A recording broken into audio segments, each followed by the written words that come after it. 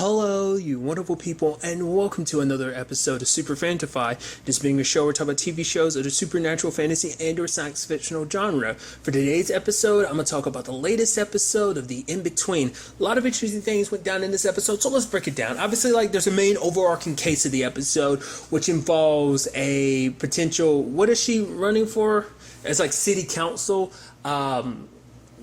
This potential running person, Mia Fuentes, ends up getting shot, but it's not just her. Her campaign manager, Edwin, ends up getting killed too. And it turns into this whole thing of okay, so was this kind of like a politically motivated attack? And then it seems like it might be a gang-related attack. And this all ties into a dude named Ali. And then it's okay, they look into it and, help, being pointed in the right direction because of Cassie. It turns out, Ali is actually dead. Not just dead, he was actually tortured severely. And then it's okay, so this potential gang, do they have a connection? Well, the one person they meet with is Q. He's kind of high ranking in it, but he's nah, Ali was never a part of the gang. I just had him I put our initials on his bike just so that people would know he's under our protection. But the fact is that life wasn't for him, because obviously some stuff from his past kind of held him back, stuff from back when he was in the Philippines. It's actually interesting because I actually deep dive in. It turns out him and Edwin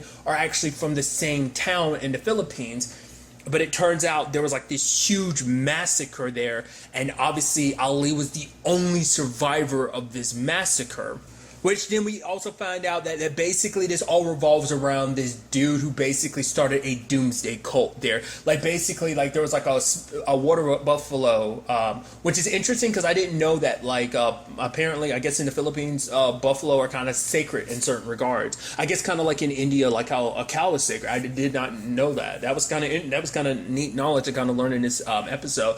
But essentially, that guy used this as proof of starting his doomsday cult, and if you didn't agree with him, basically people would get tortured and killed, and that's what happened to the village that Ali was a part of. I mean, because of Cassie's vision of being buried underneath the bodies, that's how Ali managed to survive. And obviously you kind of understand the symbolism of what Cassie had seen about the tree that led to them where Ali's body was, obviously all the blood from all the people that died, but also the monster's kind of bullhead and stuff that was connected to it as well. So it was this very just brutal situation. And it turns out the reason why this all came to be, like I said, the city councilor, the lady Mia running for city council or whatever, Fuentes had nothing to do with this necessarily. She just kind of happened to be a party to the situation in the sense that she was kind of collateral damage. The main one going after was Ali was tortured until he tried to stay strong, but eventually he broke and revealed that Edwin was someone that also knew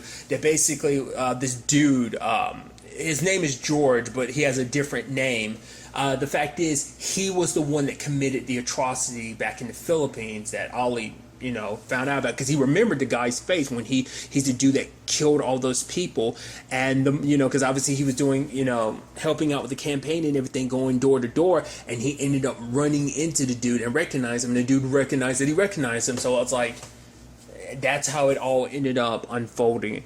It is nice to see that when it's all said and done, he is going to be tried, not just for Ali and Edwin's murder, and even the potential murder of Mia Fuentes, but it was also the atrocities he'd done before. So I wasn't really sure if that other dude was even alive anymore to kind of suffer. I mean, maybe they had talked about it, but the main dude, I was Nimwell, who was behind the whole doomsday cult thing. What about him? Maybe they had talked about what had happened to him, but I feel I don't remember them saying anything. You kind of hope he kind of got his comeuppance, so just terrible things that he did. Even though it was this dude who did it, but still it was on his orders. So at least that side of things, it's just you're kind of okay, there's a, it's a sad situation, but that's what this whole situation was about. Them trying to expose a terrible person. So on the other side of things, we have Cassie's side, kind of her own case that she's dealing with. Obviously, she's hearing a baby crying, and it's kind of taking its toll on her to the point she's trying to take, meds to kind of quiet it. What's interesting, though, is when she gets in her car, she ends up her car ends up automatically turning on, and so does her GPS being like, yo, you need to go here. So it's like, okay. She ends up at Hannah's place, in particular Hannah as in Abigail's mom. Interesting enough, the actress who plays her, Hannah, is Anne Dudek, Dudek is how I butchered her name right there. Sorry, I apologize. But might know her from, I'm blanking on her character's name from House, but she was on House for a while. I didn't watch a lot of the show, and I saw a little bit here and there, but I know she played in the show Covert Affairs. She played Piper Parabell's character's sister. I feel like there was something else. I want to say The Magicians, that was the other thing, which I don't think she's popped up since season 1, has she? Maybe she was in season 2, I don't remember. I don't think she's really popped up subsequently since. Either way, so I think that was like the other thing I knew her from, but nevertheless, like Hannah's mom is there passed out on the carpet, and the baby Crystal is crying, and Abigail is there. I guess at some point she got tired of just pushing her grandfather around. Like, I guess he's not dead, but I guess she's like, okay, I had my fun, now I'm gonna go. Like, because she's always gonna be drawn back to her mom, because for her, like, obviously there's a lot of issues there. So, you know, Abigail is like, the fact of the matter is you're hearing everything, you're going to try and help my mom, but it's not going to work out in the end, because it turns out like her boyfriend that she's with now, Crystal's dad, is abusive. Or was that her boyfriend, or did they get married? Either way, Crystal's dad is abusive towards Hannah. Like, obviously treats Crystal right and, you know, doesn't do anything like that, thankfully, but it doesn't take away from the fact that he does that to Hannah.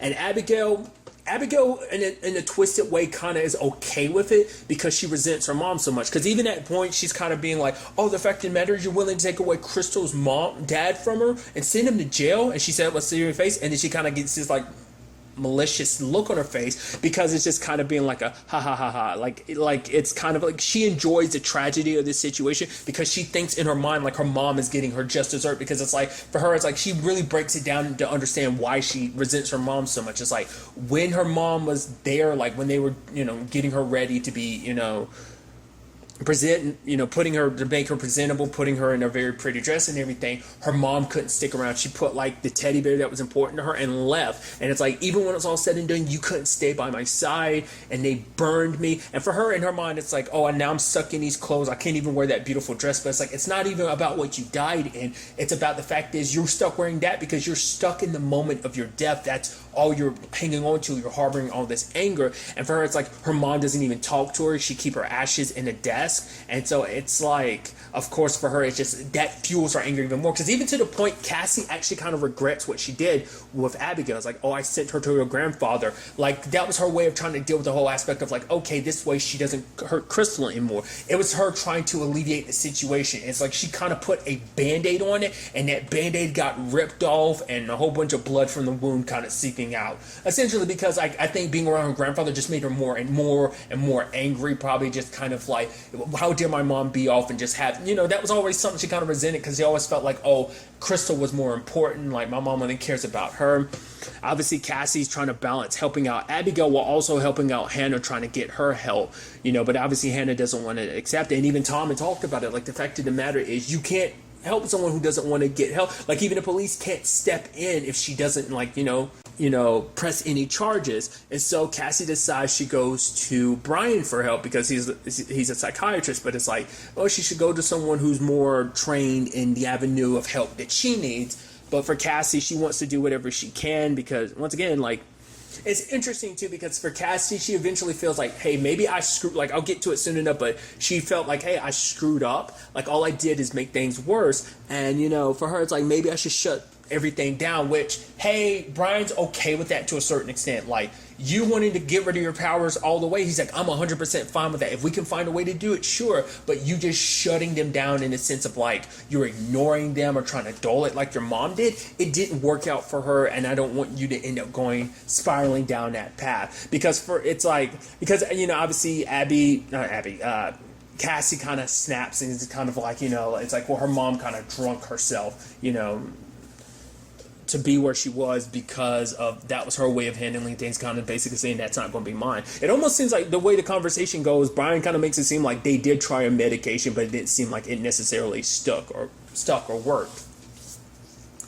But cause what really pissed Abigail off is that when Cassie went to visit Hannah and ends up telling her like I'm in contact with your daughter and everything, and it's like, wait, what? So that whole situation. But when it's all said and done, like Cassie, because basically it's revealed, it's like, I don't talk to Hannah, because Hannah's like, I don't talk to Abigail. Sorry, I switched. Hannah doesn't talk to Abigail because there's some pit in her chest that kind of feels like I'm to blame for everything. And I know on some level Abigail blames me too, so I don't have the right to talk to her. And Abigail shows up and she's like, yeah, she's right. Tell her that look how smart she is. The fact is she's 100% right. Tell her how much it is her fault. But Cassie doesn't do that because she's trying to make things better. So she's telling Hannah, it's like, no. Abigail doesn't feel that way. She doesn't blame you. She loves you. She's at peace. But obviously that pisses Abigail off more and more. And as we know, she's getting better at her powers to the point she turned on the fireplace. She moved a cup at the police station. She knocked down a lamp. She was really, really pissed. But it took them talking for, Abigail to kind of deal with everything, because it's like and it's so interesting. This, I don't know what you call it, analogy comes up a lot. The whole two wolves thing. I was like, I had never heard that until recent years, and then I'm hearing it all over the place in two different shows. It's a really good metaphor / analogy of which the good wolf and then the wolf that contains all your kind of despair and anger and all of that. The wolf that wins is the one that you feed. That's such a good thing. I mean, it can be applied in many different cases, and I'm fine with that. It's just so interesting to me. I've gone most of my life never hearing that, but then over the past couple of years, I've just heard it over and over and over again, and just in different shows, in fact, too. So it's just one of those, I guess it's kind of like a classic phrase that, that's why, but it's just, like I said, it's just kind of interesting.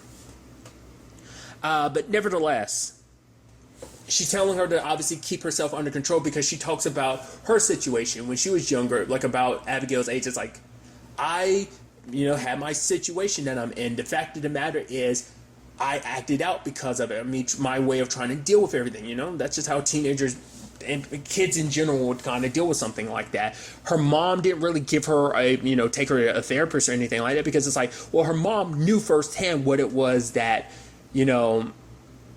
Cassie was going through, and no one else would be able to understand, and rather took her to a shaman who gave her the information about the two wolves that you feed, and that kind of shifted a lot of stuff for Abigail. Obviously we shift back to, obviously she had talked to Brian, and when it's all said and done, next time Cassie sees her, Abigail is like, you got to help my mom. It's my mom. She shows up at Hannah's place and she's covered in blood. She stabbed and killed Crystal's dad because he was going to kill her and Crystal, because he came back home and found her packing because she was going to leave him, and it's like, she already had the whole pain of all right, one of my children already died and I wasn't aware. I can't say that this time I am aware of what kind of a piece of crap person her boyfriend or SO is. So it was like she wasn't going to lose another child because of the circumstance, because Hannah had talked about the fact Diz, when she was trying to talk to Abigail about the story about her aunt, Abigail's Aunt Molly, Hannah's sister, and Abigail had never known about her because she had committed suicide. And it's like, maybe what their dad did to what Hannah's dad did to Abigail, maybe he did the same thing to Molly, and that's the reason why.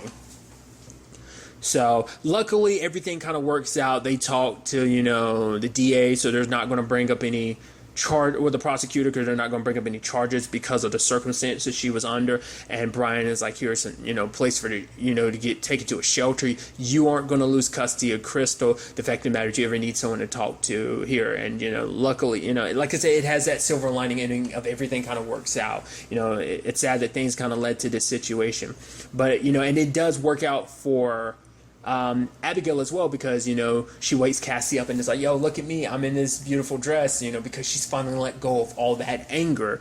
I think she has forgiven her mom under the circumstances, and so she's going off to potentially find her Aunt Molly because she's like, because like Abigail brought it up earlier, like, oh, I'm not the one that brought you here. I want you to actually leave. I'm like, oh, maybe she's just doing the kid thing. I'm like, oh, I didn't do it. But it's like, no, she's like, no, that legitimately wasn't me that brought you there. She's thinking maybe it was her Aunt Molly. It's like, she must be out there somewhere. So that's interesting, saying kind of like she's not necessarily moving on to a certain extent. Maybe find her Aunt Molly, they get reunited, then they can move on because they're like, hey, probably check in on her mom, and check on Hannah to be like, her and Crystal are good, and then they can move on. Once again, it depends on how this whole, afterlife thing. Hell, did Ed move on? Because we haven't seen him for a while, so part of me wonders, like, well, I mean, to be fair, it could have, like, he was laughing maniacally when he disappeared, but that might have been him moving on, or maybe that's just kind of, he's away for a while, but now he's coming back. So it is a situation of, like, I just thought it was kind of neat. I mean, doesn't mean we won't see, we potentially could still see Abigail,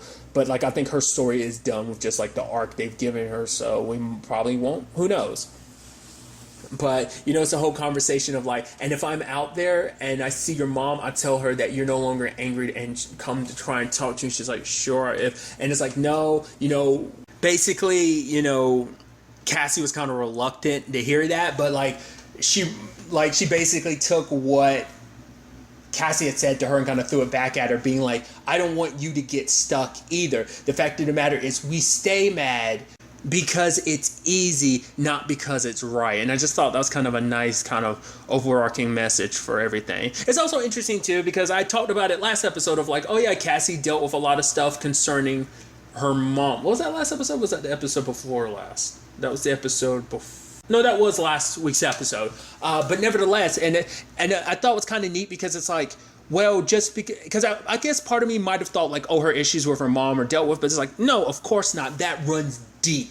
She spent many, many years kind of resenting her mom. That's not just going to go away with just kind of one therapy session of an episode. And this kind of continues down that path because like even in this episode, she kind of snaps about her mom like drinking, and it's like obviously like there's still some anger there, obviously. So it's a process until she talks to her mom and really resolves everything. It's always going to be something that's bottled there that she has to deal with that anger. So I just thought that was kind of neat when you actually think about it, because I think I did in my head kind of think maybe that was kind of like, oh, I thought like, oh, after, kind of getting a different perspective with her mom last episode, maybe it changed, like, oh, but it's like, no, like there's still that struggle of like, I'm angry, but now she kind of looks at it, well, I'm angry because it's easier to be angry and not necessarily I'm right to be angry, so it was just kind of an interesting thing to kind of think about. So I'm very interested to see where all this ultimately ends up taking us going forward into the next episode.